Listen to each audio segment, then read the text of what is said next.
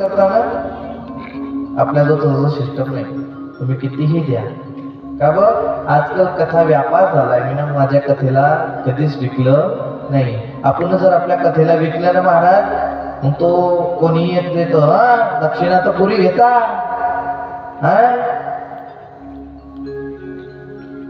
दक्षिणा म्हणजे जराशी कमी नाही करता.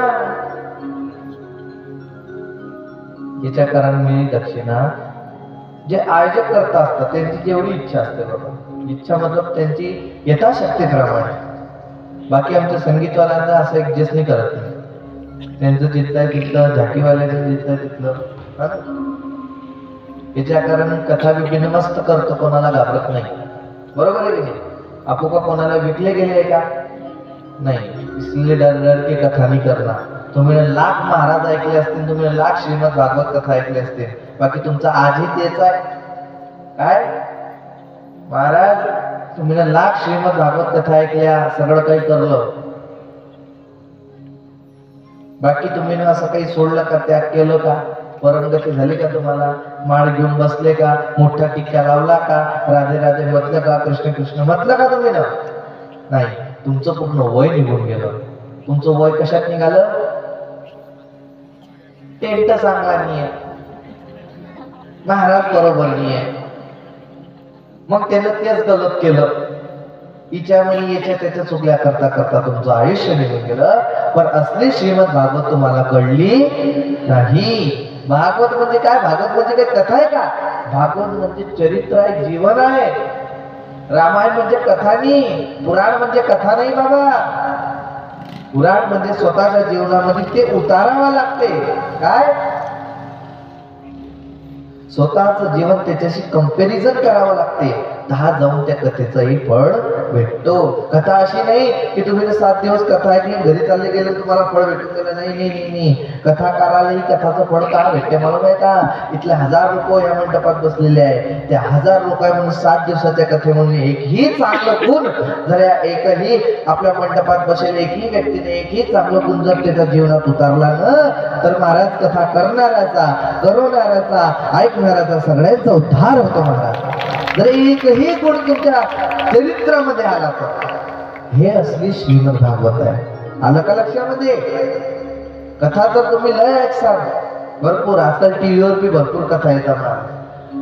चॅनल चालू केलं की भरपूर कथा येतात. तरी रोज कथा ऐकायच्या नंतर बी तुमचा उद्धार होत नाही. त्याच्याकडून सांगतो, माझ्या कथेमध्ये अपेक्षा ठेवू नका. हा, माझ्यानं चूक झाली जर कथेमध्ये ते तुम्ही सांगा. बाकी मग अशी चूक. अजून एक गोष्ट मला माहित पडली, म्हणजे महाराजांना कथेमध्ये असं सांगायला ना पाहिजे होते की मांस मदिरा खाऊ नका. तो जर मला सापडला ना, हा बस तरी मला समजून जा. आता त्याच्या जीवाला काय लागलं? महाराज असं बोलायला नाही पाहिजे कथामध्ये. मग कसं बोलायला पाहिजे? खात जा. असं ना बोलायला पाहिजे तर तसं बोलायला पाहिजे. कालचा विचार आपला गलत होता का? काही चुकीचा होता का? की काही धर्माविरुद्ध होता का?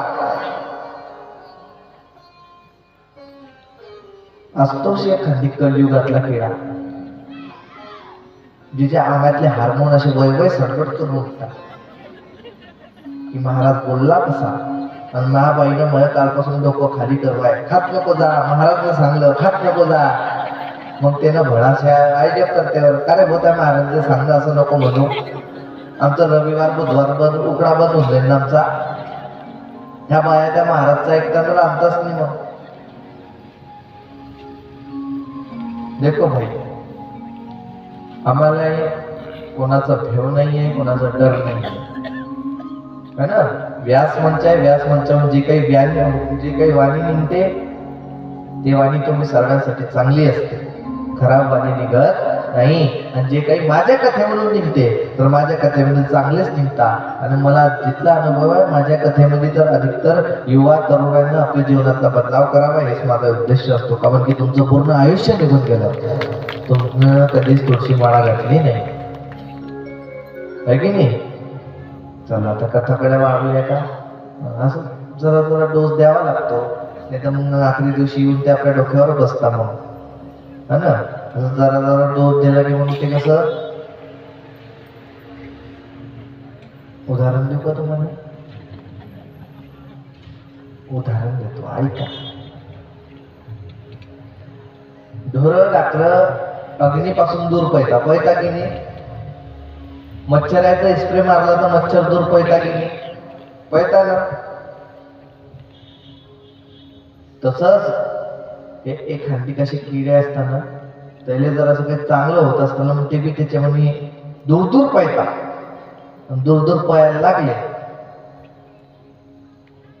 की मग त्याच्या अंगाला खास सुटते.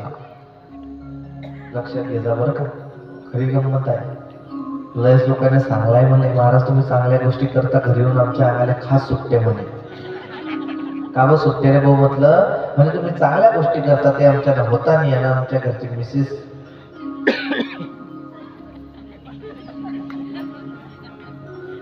काय हसबेंड ते आम्हाला बोलते. त्याच्या कारण कथा ऐका आणि माझ्या कथेमध्ये तुम्ही खुल्लाम सांगतो, मला कोणाशी गरज नाही. तुम्ही माझ्या कथामध्ये बसा, पब्लिक असो नसो, है ना, मला त्याच्याशी घेणं देणं नसते.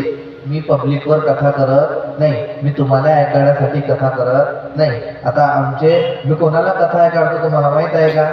माझी कथा कोणाला असते? हे बघा, हे जे आमचे ठाकूरजी आहे, खूप प्राचीन आहे बरं का, हे आमचे ठाकूरजी आहे, है ना. माझा कथा म्हणजे जयची मी कथा स्टार्ट केली आहे त्यांचे हे माझ्या सोबतच आहे बरं का. खूप लहान आहे, दिखणार मी नाही तुम्हाला, खूप लहान असे है ना. माझा कथा ऐकायला येईल नाही, तुम्हाला काही कथा ऐकावून काही फायदा होत नाही. यांनी जर कथा ऐकायली तर मग ते म्हणतात वा काय कथा आहे, बरोबर आहे की नाही. आणि दुसरं हे आमचे हनुमानजी महाराज, लवकर मी कोणाला दर्शन करू देत नाही, बाकी तुम्ही सर्वे करा. हे आमचे हनुमानजी महाराज आहे. अबो म्हणताना का ते म्हणे, आये हनुमंत विराजी कथा करू मती अनुसार, प्रेम सहित गादी धरो विराजो पवन कुमार.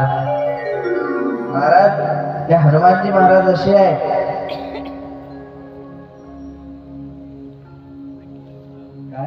हनुमानजी महाराज म्हणजे कुठेही कथा असते भगवंताची, दौडून ये पण साठी तरी हनुमानजी महाराज येता. यांना कथा ऐकवतो, तुम्हाला ऐकवून फायदा नाही. आलं का लक्षामध्ये? लक्षात आलं ना. आता कथाकडे वाढूया. बोलो श्री कृष्ण कन्हैया लाल की जय हो. तर महाराज पुढे कथा येते की सुखदेवजी महाराज त्या मंडपामध्ये आल्याच्या नंतर म्हटले इथे विद्वान असूनही आणि काही उद्धार झाला नाही, मग आता करायचं काय? म्हणून जर 7 दिवसामध्ये परमगती प्राप्त करणी आहे तर मग आता एकच काम करायचं. म्हणजे काय? आता आपण श्रीमद भागवत कथा महापुराणाचं वाचन करायचं. मी वक्ता बनतो, तुम्ही श्रोता बना. 7 दिवस भगवंताचं चिंतन करा, नामस्मरण करा, कथा ऐकवा आणि मग गॅरंटी आहे की 8व्या दिवशी तुम्हाला परमगती प्राप्त होईल. म्हणजे असं आहे म्हणे हो.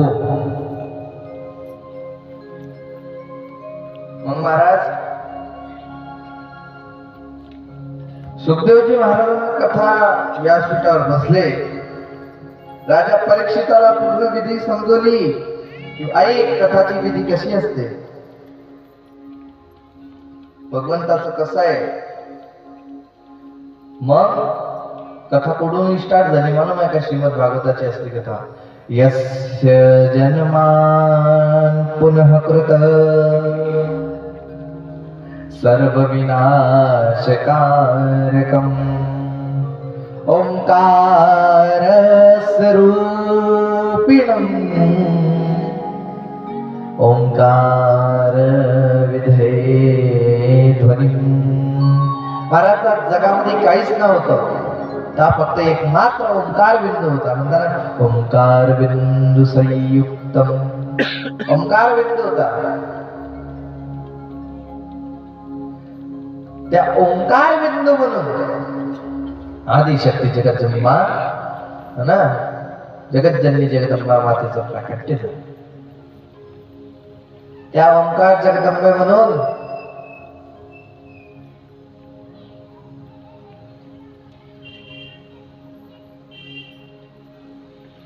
ब्रह्मा निघाले काय किंवा ओंकार सृष्टीमधून महेश, पार्वती, विष्णू आणि ब्रह्मा आणि सरस्वती.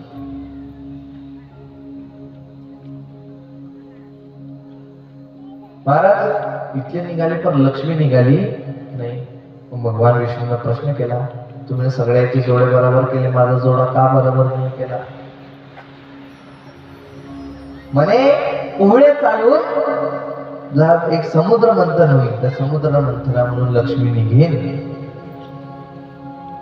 म्हणे ठीक आहे. मग भगवान विष्णूच्या नाभी कमळामधून ब्रह्माजीचं प्राकट्य झालं.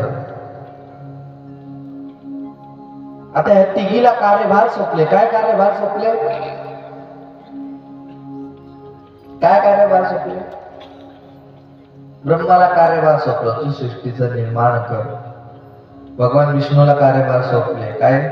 तू सृष्टीचं पालन कर. आणि भगवान शंकराला कार्यभार सोपलं की तू सृष्टीचा संहार कर. तर एक सृष्टि रचेता, सृष्टि के पालन करता और सृष्टि के संहार करता कौन है? ब्रह्मा, विष्णू और महेश. हे तिघीची जॉब अशी आहे. तिच्या कारण तिला पालनहारी म्हणता. भगवानला काय म्हणता? पालनहारी. म्हणजे ते आहे तर आपल्याचं पालन होत आहे. बरोबर आहे की नाही? ओ पालनहारी निर्गुण न्यारी, तुमरे बिन हमरा कोण नाही. सगळ्यांनी म्हणा, ओ पालनहारी निर्गुण न्यारी, तुमरे बिन हमरा कोण नाही. हमरी उलझन सुलझाओ भगवन, तुमरे बिन हमरा कोण नहीं. तू ही हमरा ओ सभारे, तू ही हमरा ओ सभारे, तुमरे बिन हमरा कोन नहीं. ओ पालनहारे निर्गुण न्यारे, तुमरे बिन हमरा कोन नहीं. ओ पालनहारे भगवान चाले म्हणा, ओ पालनहारे हमरा कोन नहीं. हमरी उलझन सुलझाओ भगवान, तुमरे बिन हमरा कोन नहीं. ओ पालनहारे निर्गुण न्यारे, तुमरे बिन हमरा कोन नहीं. तुमरे बिन हमरा कोन नहीं. तुमरे बिन हमरा कोन नहीं. त्या भगवंताला सांगायचं ना काय? सुखदेवजी महाराज परीक्षिताला सांगता, हे परीक्षित, तू इथल्या महाराज लोकांची फिरण्यापेक्षा, तू इथल्या जगापाशी फिरण्यापेक्षा तू भगवंताचे चरण धरायला पाहिजे होते सगळ्यात प्रथम, की भगवंता मला मृत्यू भेटेल. पण तुला काय केलं? तू ह्या महाराज ते तो महाराज, ह्या महाराज ते तो महाराज. असं नाही करायचं. अरे त्या जगाच्या मालकनं आपल्याला ह्या धर्तीवर धाडलेलं आहे तर काही कारणानच धाडलेलं असेल. आणि जर काही कष्ट आलं ना, मला एक गोष्ट सांगा, जर तुम्हाला बँकेमधून पैसे हवे काय, तर तुम्ही त्या बँकेमध्ये काम करणाऱ्या माणसाजवळ जासाल की त्या बँकेच्या मॅनेजर जवळ? सांगा लवकर. कोणाजवळ असाल? जोरात बोला. कोणाजवळ? आवाज नाही येत. कोणाजवळ असाल? मॅनेजर. का? कमन किती याचं पद मोठा आहे, तो सगळ्याला सॅलरी देतो. तुम्ही झाडू पुसणाऱ्या जवळ जासाल का? तुम्ही झाडू मारणाऱ्या जवळ की भाऊ मला पैसे दे जासाल का? अरे बोलत जा ना, झोपले का? जासाल का? कोणाचं जासाल? मॅनेजरच्या जवळ. का जासाल? कारण की ह्या सगळ्यांना पेमेंट देतो. मग तुम्हाला एवढं जर भगवंताने ज्ञान दिलंय की जर पैसे घ्यायले तुम्हाला झाडूवाल्यापाशी नाही तर मॅनेजर पाशी जाणार, तर प्रॉब्लेम आल्यावर लोकांपाशी नाही तर त्या भगवंतापाशी जाणार, हे तुम्हाला कसं समज पण येत नाही. काय प्रॉब्लेम आली की तुम्ही काय करता? तुम्ही याला फोन लावतील, त्याला फोन लावतील, तू माझं काम कर, तू माझं काम कर. बरोबर आहे की नाही? अरे जर तुमच्यावर काही प्रॉब्लेम येते तर लोकांना नको सांगा. कोणाला सांगा? त्या भगवंताला सांगा ज्याने तुम्हाला धाडलं. हे भगवंता आई, हे भगवंता तू ना आम्हाला धाडलं, तू माझी आई, माईची माय बाप आहे. मी कोणाजवळ न जाता तुझ्या जवळ आला. बाकी तुम्ही काय करता? जहा कुठेच तुमचं काम होत नाही म्हणून आपली शेवटी मंदिराचा रस्ता धरता ना. जहा तुमचं कुठेच काम होत नाही, राजा परीक्षित सांगतो मी इकडे तिकडे गेला, बाकी आपली शेवटी भगवंताजवळ आला. तुम्ही कितीही कोणाजवळ चालले जा, आपली शेवटी घुमून फिरू भगवंताजवळच येणार. मग तसंच कितलंही फिरा, कितलंही काही होणार. याच्या कारण सगळ्यांना सांगतो की लक्ष देऊन ऐका. काय? संसार के लोगों से आशान किया करना. या संसारच्या लोकांपासून काय आशा धरता? हे माझं काम करीन, तो माझं काम करीन, हे असं करीन. आशा धरणी आहे तर त्या भगवंतापासून धरा ना. तो भगवंत नक्की तुमचं काम करेल 100%. कसं? संसार के लोगों से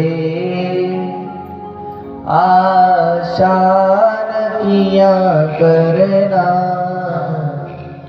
जब कोई ना हो अपना, हरे कृष्ण कहाँ करना. जब कोई ना हो अपना, हरे कृष्ण कहाँ करना. जब आपका कोई भी ना हो तो भगवान आपके हैं ना. इसलिए संसार के लोगों से आशा मत रखो भाई. आशा रखनी है तो हमारे श्याम सुंदर से रखो, गिरधारी से रखो. उससे जब आशा रखोगे ना, तो आज तक मेरे गिरधारी ने किसी की आशा नहीं तोड़ी और कहता हूँ तुम्हारी भी आशा नहीं तोड़ेगा. बस आशा रख के तो देखो, कभी किसी की आशा नाही. तशीच आशा राजा परीक्षितानं ठेवली की 7 दिवस कथेचं श्रवण करीन आणि माझा पण उद्धार होईल. तर महाराज माझा उद्धार होईल. पुढे कथा येते भगवानच्या विराट शरीरची उत्पत्तीची कथा येते. मग ब्रह्माजीचा प्राकट्य झाला, सृष्टीची रचना झाली.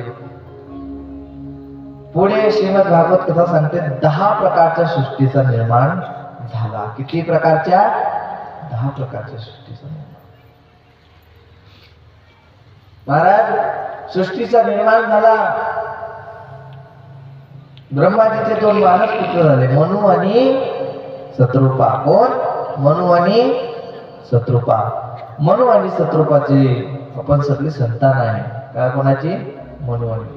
जगातलं सगळं पहिलं जोडं नर आणि नारायण. नर आणि नारायणच्या नंतर येते मनु आणि शत्रुपा. मनु आणि शत्रुपाच्या नंतर झाले ऋषी. ऋषी म्हणजे सगळ्यांचं एक गोत्र आहे. बरोबर आहे? सगळ्यांचं गोत्र आहे. ज्या गोत्राचं येते आपण त्या ऋषीची संतान आहे ना. म्हणजे अपना अस्तित्व आपल्याला मालूम है कि आप ऋषियों की संतान है. किसकी संतान है? ऋषी महात्माओं की संतान है. म्हणून म्हणजे शत्रुपाने तप केला. तप केल्याच्या नंतर सृष्टीचा निर्माण झाला. सृष्टीचा विस्तार झाला. मग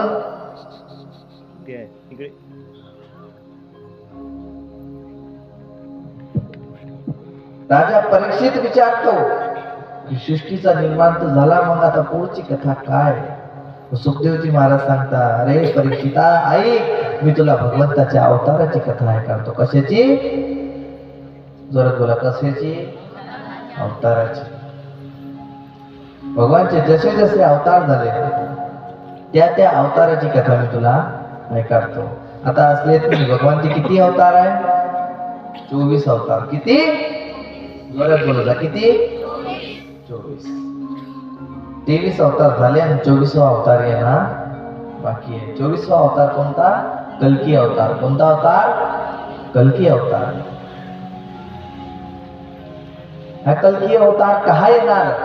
श्रीमद भागवत कथा सांगते म्हणे या कलियुगात खूप पाप वाढून जाणार, कोणी भक्ती करणार नाही, कोणी सगळे दुष्ट बनून जातील. दहा या कल्की अवतार. 9 वर्षाची बालिका गर्भवती होईल. काय? गर्भवतीनी आजी बनून जाईल. 9 वर्षाची बालिका काय होऊन जाईल? आजी बनून जाईल. 10 कलियुग, घोर कलियुग. आणि कलियुग आला की सगळ्यांची हाईट लहान होईल जरा जराशी. बरोबर आहे की नाही? आणि आजकाल कलियुग किती चाललाय महाराज. पहिले एक रावण होता, आज घरघर रावण भेटेल. बरोबर आहे? गली गली मध्ये रावण आहे. कुणावर भरोसा करू शकत नाही. याच्या कारण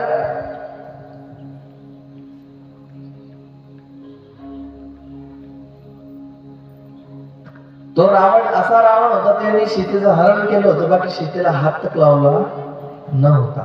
तो असा रावण होता. आणि असा रावण होता. पण आजकालचे रावण त्याच्यावर चांगला तर आमचा रावण होता जो भक्ती पण करे महाराज. बरोबर आहे की नाही? तो भक्ती पण करे. तर भगवानच्या कथेचं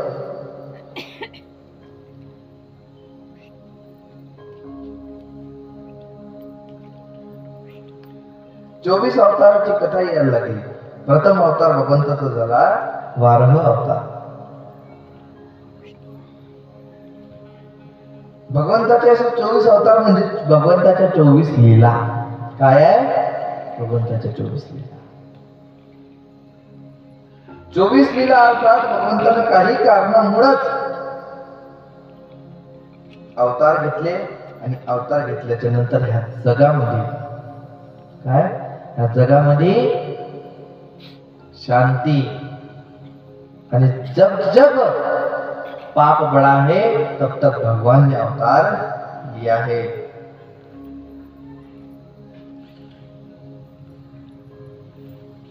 और जब जब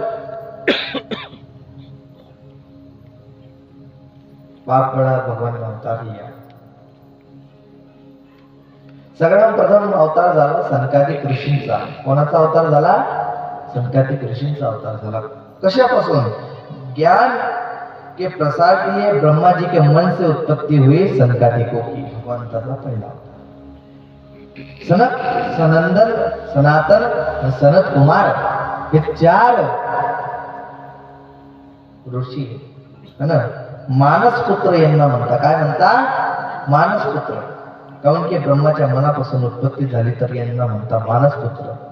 सनत, सनंदन, सनत आणि सनत कुमार.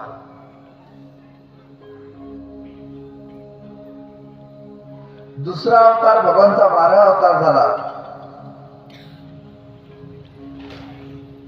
जा पृथ्वी रसातलामध्ये जात होती.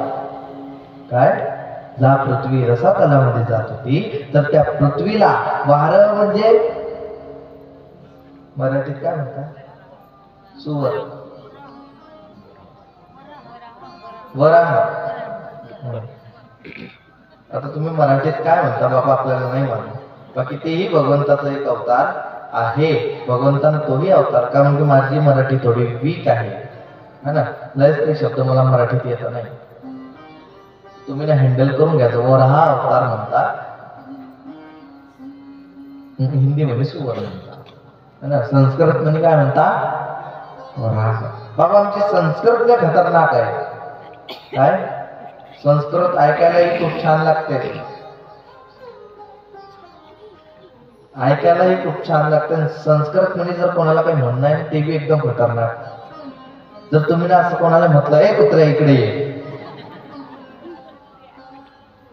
तर तो काय मले कुत्रा एक दिन काना खाले. आणि जर संस्कृत मध्ये म्हटलं तर ए ग्राम सिंगा इकडे ये, काय छाती फुली महाराज त्याची, मले ग्राम सिंगा गावातला शेर.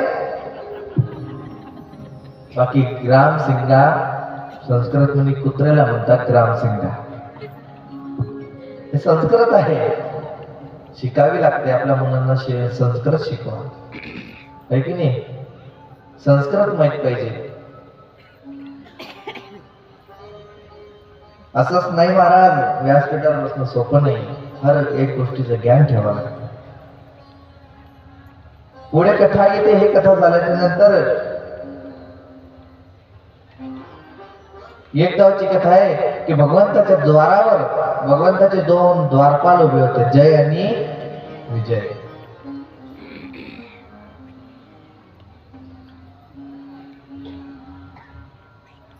दोन द्वारपाल उभे होते. भगवंत सांगतात म्हणे येन द्वार कृते नभं कृतस्य विजयस्य दशा एवामृतते शीलम् अतिचार प्रकार कर्मणं कस्य वा परियोजिता सनकादि सख्य शापस्य मुक्ते वरम् रूपधारणेन कृतस्य वपु यन्त्रतन्त्रप्रमपातलोधेन्द्र औतैरणी गृहीष्पिता. जय आणि विजय द्वारवर उभे होते आणि त्याच द्वारवर मानस पुत्र ब्रह्माजीचे 4 पुत्र, मानस पुत्र आले 4. कोण कोण?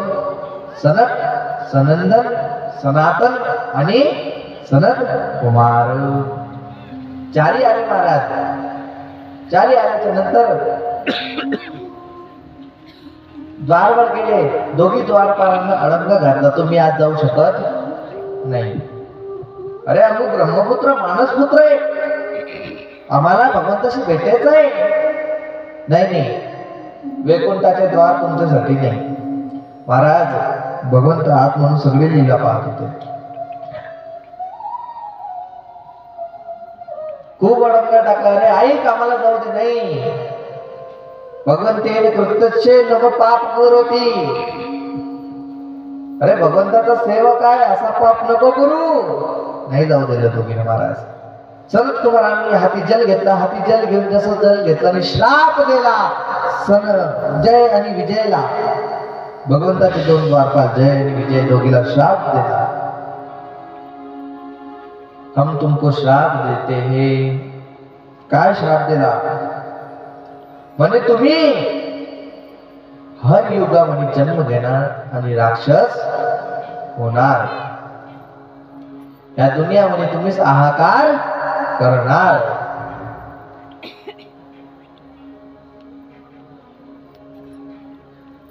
महाराज जसं त्यांना घोर श्राप दिला, शाप दिल्याच्या नंतर त्यांच्या चरणामध्ये पडले. वैकुंठा म्हणून भगवान दौडत दौडत आले. काय झालं? हे ऋषीजन, मी तुम्हाला प्रणाम करतो. म्हणे काय झालं? म्हणे हे आम्हाला आत येऊ न देत होते म्हणून यांना श्राप दिला. म्हणे आता हे दोघी हर युगामध्ये जन्म घेणार.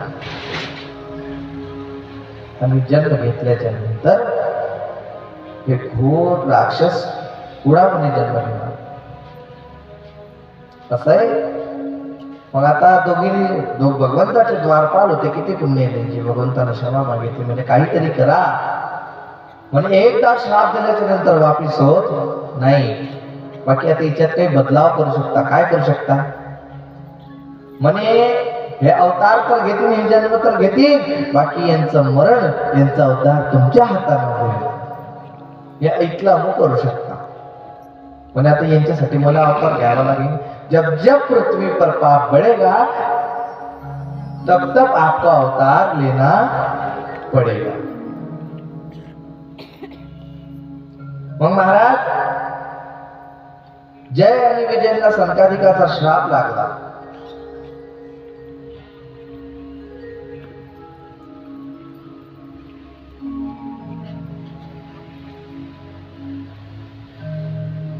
पुढे कथा येते,